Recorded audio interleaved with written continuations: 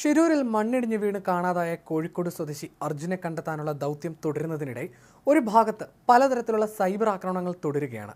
അതിൽ ചിലത് ഇന്ത്യൻ സൈനികരെ ലക്ഷ്യമിട്ടുള്ളതാണ്. ഒരു തരത്തിലും ന്യായീകരിക്കാനാവാത്ത തരത്തിലാണ് ചില പോസ്റ്റുകൾ. ഷിരൂരിലെ രക്ഷാദൗത്യത്തിന്റെ സങ്കീർണതകൾ മനസ്സിലാക്കാതെയുള്ള ഒരു പോസ്റ്റ് രജനി അനിൽ എന്ന ഫേസ്ബുക്ക് പ്രൊഫൈലിൽ നിന്നുള്ളതാണ്. ഇന്ത്യയുടെ സമ്പത്തിന്റെ മുക്കാലും തിന്നുമുടിപ്പിക്കുന്ന കൂലിപ്പട്ടാളമാണ് ഇന്ത്യൻ സൈന്യം എന്നാണ് പോസ്റ്റിൽ വന്ന പരാമർശം. സംഭവത്തിൽ സൈനിക കൂട്ടായ്മയായ അനന്തപുരി സോൾജേഴ്സ് മുഖ്യമന്ത്രിക്കും DGPക്കും പരാതി നൽകി. മോശം പോസ്റ്റെന്ന് ഒരാൾ തിരുത്തിയപ്പോൾ മകനെ നഷ്ടപ്പെട്ട അമ്മ തന്നെയാണ് ഇന്ത്യൻ മിലിറ്ററിക്ക് ഈ അംഗീകാരം ചാർത്തിക്കൊടുത്തത്. 3 മക്കളെ പ്രസവിച്ച ഞാൻ അതങ്ങ് ഏറ്റെടുത്തു എന്നാണ് രജനി അനിലിന്റെ മറുപടി. ഇന്ത്യൻ സൈനികരുടെ വിശ്വാസ്യത പൊതുസമൂഹത്തിന് മുന്നിൽ തകർക്കുന്ന രീതിയിലുള്ള സൈബർ ആക്രമണങ്ങളുടെ തുടർച്ചയാണ് പോസ്റ്റെന്നും സൈബർ കുറ്റകൃത്യത്തിനപ്പുറത്തേക്ക് ഇന്ത്യൻ സൈനികരെ അപമാനിക്കുന്ന ഇത്തരം പ്രവണതകളെ വളരെ ഗൗരവമായി എടുക്കേണ്ട സമയം അതിക്രമിച്ചിരിക്കുന്നുവെന്നും മുഖ്യമന്ത്രിക്കുള്ള പരാതിയിൽ സൈനിക കൂട്ടായ്മയായ അനന്തപുരി സോൾജേഴ്സ് പറഞ്ഞു. കർശനവും മാതൃകാപരവുമായ നടപടി ഈ പോസ്റ്റിനെതിരെ സ്വീകരിക്കണമെന്നാണ് കൂട്ടായ്മ പോസ്റ്റിന്റെ സ്ക്രീൻഷോട്ട് സഹിതം സമർപ്പിച്ച പരാതിയിൽ ആവശ്യപ്പെട്ടത്. പരാതി പരിഗണിച്ച മുഖ്യമന്ത്രിയുടെ ഓഫീസ് തുടർ നടപടിക്കായി സംസ്ഥാന പോലീസ് മേധാവിക്ക് കൈമാറി. അതിനിടെ മണ്ണിടിച്ചിൽ കാണാതായ അർജുന്റെ അമ്മയെക്കൊണ്ട് ഒരു മാധ്യമപ്രവർത്തക പട്ടാളത്തിനെതിരെ പറയിച്ചു എന്ന വിധത്തിലും സൈബർ ഇടത്തിൽ പ്രചരണം നടന്നു. ഈ പ്രചരണത്തിൽ കുടുംബം അതീവ ദുഃഖിതരാണ്. വാർത്താ സമ്മേളനത്തിനിടെ അർജുന്റെ അമ്മ ഷീല പറഞ്ഞ വാക്കുകൾ ദുർവ്യാഖ്യാനം ചെയ്തുകൊണ്ടാണ് ചിലർ സോഷ്യൽ മീഡിയയിൽ തെറ്റായ പ്രചരണം നടത്തിയത്. ഇതിനെതിരെ സഹികെട്ട് കുടുംബം പരാതി നൽകിയിട്ടുണ്ട്. വാർത്താ സമ്മേളനത്തിൽ നടത്തിയ പരാമർശങ്ങൾ എഡിറ്റ് ചെയ്ത് പ്രചരിപ്പിക്കുന്നുവെന്ന് പരാതിയിൽ പറയുന്നു. കൂടാതെ സമൂഹ മാധ്യമങ്ങളിലൂടെ വ്യാപകമായ ദുഷ്പ്രചാരണം നടക്കുന്നതായും അമ്മയുടെ സഹോദരിയുടെ ശബ്ദം എഡിറ്റ് ചെയ്ത് പ്രചരിപ്പിച്ചതായും പരാതിയിൽ ചൂണ്ടിക്കാട്ടുന്നു.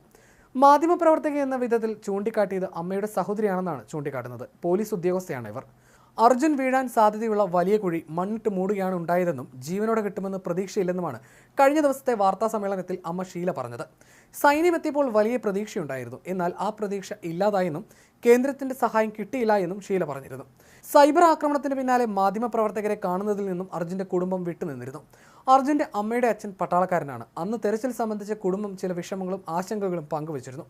അർജുന്റെ അമ്മയുടെ സഹോദരിയുടെ ശബ്ദം എഡിറ്റ് ചെയ്ത് വ്യാജ വീഡിയോകൾ പ്രചരിപ്പിക്കുന്നുവെന്നാണ് കുടുംബത്തിന്റെ പരാതി. ഇതുകൂടാതെ കേരളത്തിൽ നിന്ന് രക്ഷാപ്രവർത്തനത്തിന് പോയവരെ അനുകൂലിച്ചും പ്രതികൂലിച്ചുമുള്ള ഏറ്റുമുട്ടലും സൈബർ ഇടങ്ങളിൽ നടക്കുന്നുണ്ട്.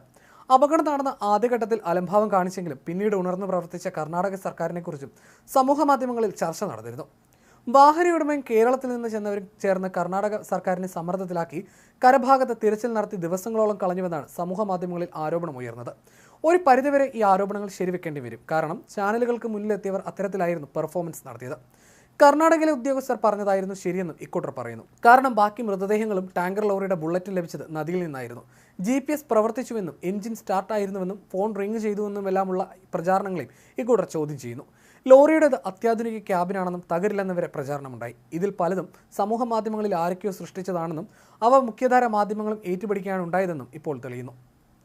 അർജുന് വേണ്ടിയുള്ള തിരച്ചിൽ പബ്ലിസിറ്റി സ്റ്റണ്ടാക്കി മാറ്റാനായിരുന്നു ചിലർ ശ്രമിച്ചതെന്നാണ് മറ്റൊരു ആരോപണം. യാതൊരു കാര്യവും ഇല്ലാതിരുന്നിട്ടും ചിലർ വണ്ടിയും വിളിച്ച് അവിടേക്ക് പോയി. ഇതോടെ മാധ്യമപ്രവർത്തകരെ ഉൾപ്പെടെ 3 കിലോമീറ്റർ ദൂരത്തേക്ക് മാറ്റി നിർത്തേണ്ടി വന്നു പോലീസിന്. രക്ഷാപ്രവർത്തനത്തിനെന്ന് പറഞ്ഞു ചെന്നവരെ നിയന്ത്രിക്കലായി പോലീസിന്റെ അടുത്ത പണി. രക്ഷാപ്രവർത്തനത്തിനിടെ എന്തെങ്കിലും സംഭവിച്ചാൽ ഉത്തരവാദിത്തം ഏറ്റെടുക്കാമെന്ന് കേരളത്തിലെ ജില്ലാ കളക്ടറുടെ പക്കൽ നിന്ന് അനുമതി വാങ്ങി വരാനാണ് പോലീസ് കേരളത്തിൽ നിന്ന് ചെന്നവരോട് പറഞ്ഞത്.